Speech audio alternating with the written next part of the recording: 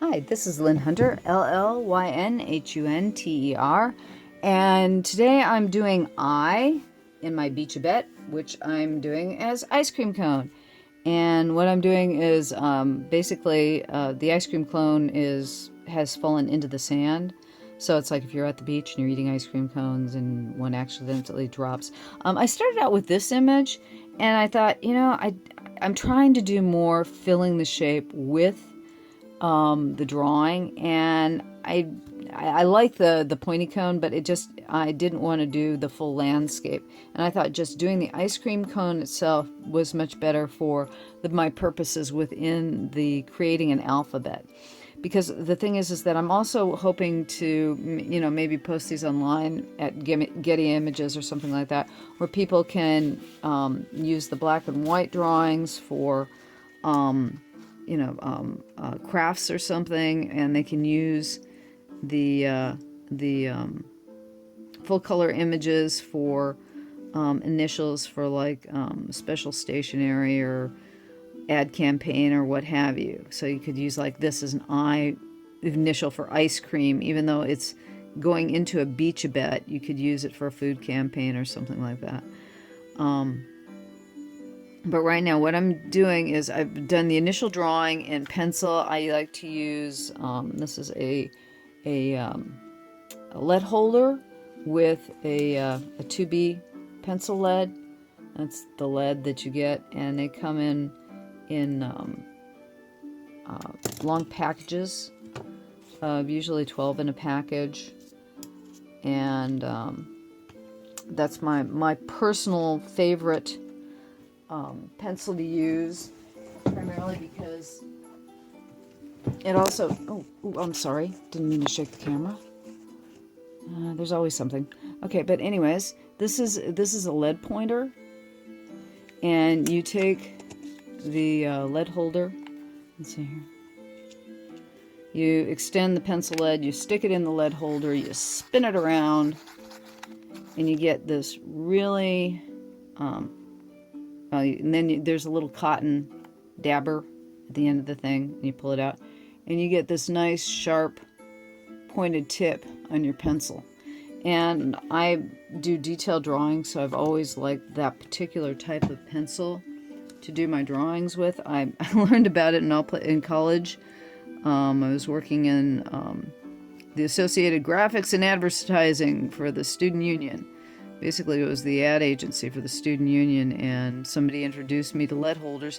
And they were made primarily for engineering students, so that if you were doing drafting, back in the day when we did not have computers with CAD programs, if you wanted a really good sharp line on your drawing, you would use lead pointers and lead holders for your pencils when you were doing engineering. And I, being an art student, did not know that, that's what they did for engineering drawings. So I got introduced to engineering drafting tools, and I like them because of the precision of the things.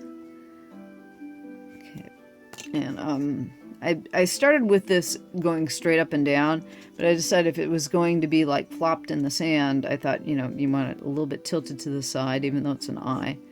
Okay, and I'm going to give myself indications for the lines for the cone.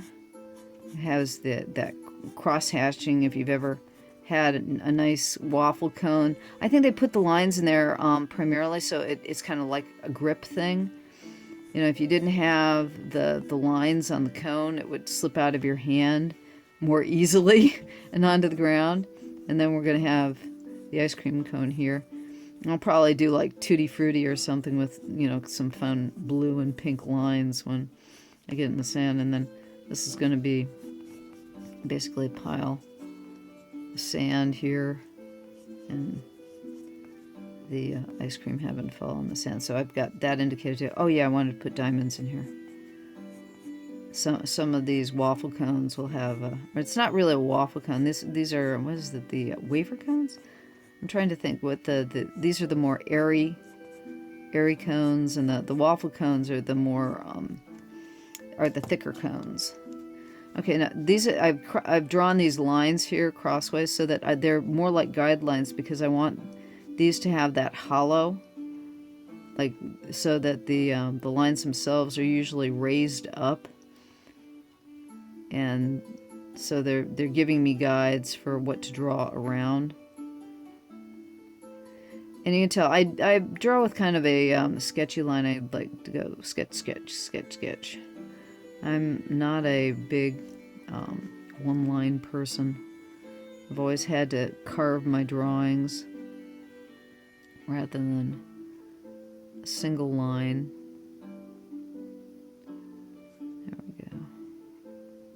And right now you can tell the pen's getting a little gloppy at the end of the tip here.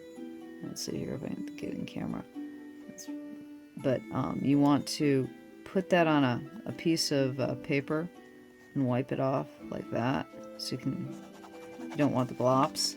Or you can take a paper towel and roll the tip off, roll the tip of the paper towel off, and that way you don't get as many glops. I like some glops.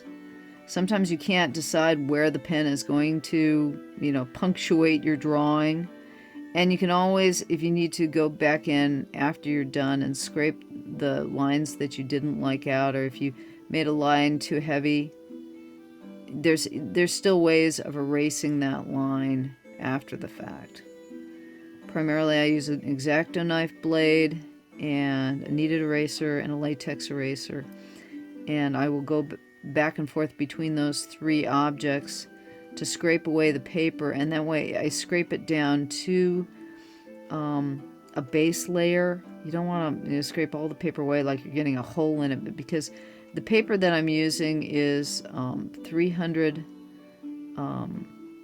gram or 150 pound watercolor paper, and it takes a licking and keeps on ticking. It's pretty good, sturdy stuff.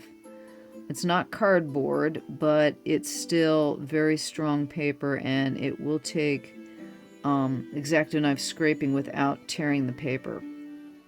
And you just have to learn how to practice with it. And believe me, I've made enough mistakes in my life that I always know that I'm going to be making more. So with any kind of pen and ink or watercolor, everybody makes mistakes. So the thing that you really need to do is to learn how to undo the mistakes that you make. And once you learn how to undo those mistakes, it's like, well, so what? I make a mistake, I can undo it. It's not like we have an undo button like you do on the computer, but it might as well be.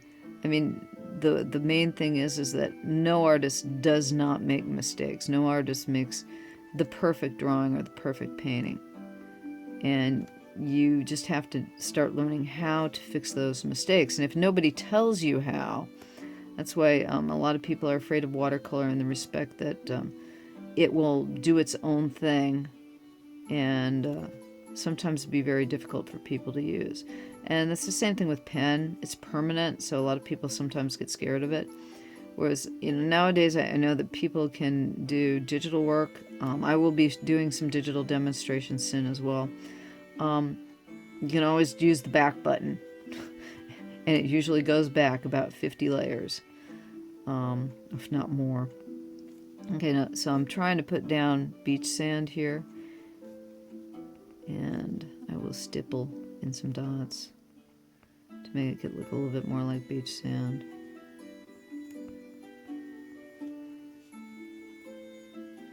Actually, we'll put a small shell right here,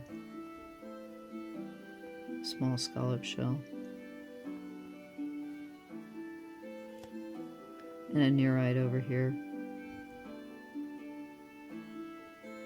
And there are nearites that small. If you know, a nearite is sometimes called a moon shell. So it's like, that way it'll look like more like we're on a beach. That the ice cream cone has fallen into the sand.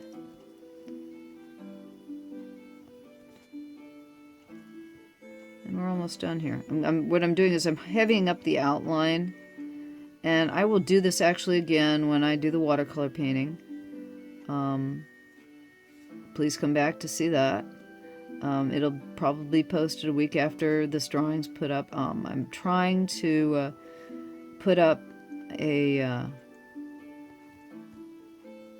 demonstration week, and keeping them relatively short. The initials always go faster than the larger pieces I do. Anyways, that's our ice cream. And when we come back, before I do the painting, this will have dried. I mean, you do need to let ballpoint pen dry. If I were to go over this with the kneaded eraser or the latex eraser right now, there would be smearing because ballpoint pen still needs time to cure. So I would give any ballpoint pen drying at least an hour before you want to erase it, and otherwise those blobs will smear. But then I will erase all the pencil lines before I paint, and I also will scan this so that I can have a coloring book page of it. So you can use multi-purpose when you're doing a line drawing below your painting. Anyways, that's it for now. My name is Llyn Hunter, Llynhunter. I have a very cool Patreon site if you want to check that out and help fund my insanity here. I'd really appreciate it. Thank you much. Please at least subscribe and like the video. Thanks for stopping by.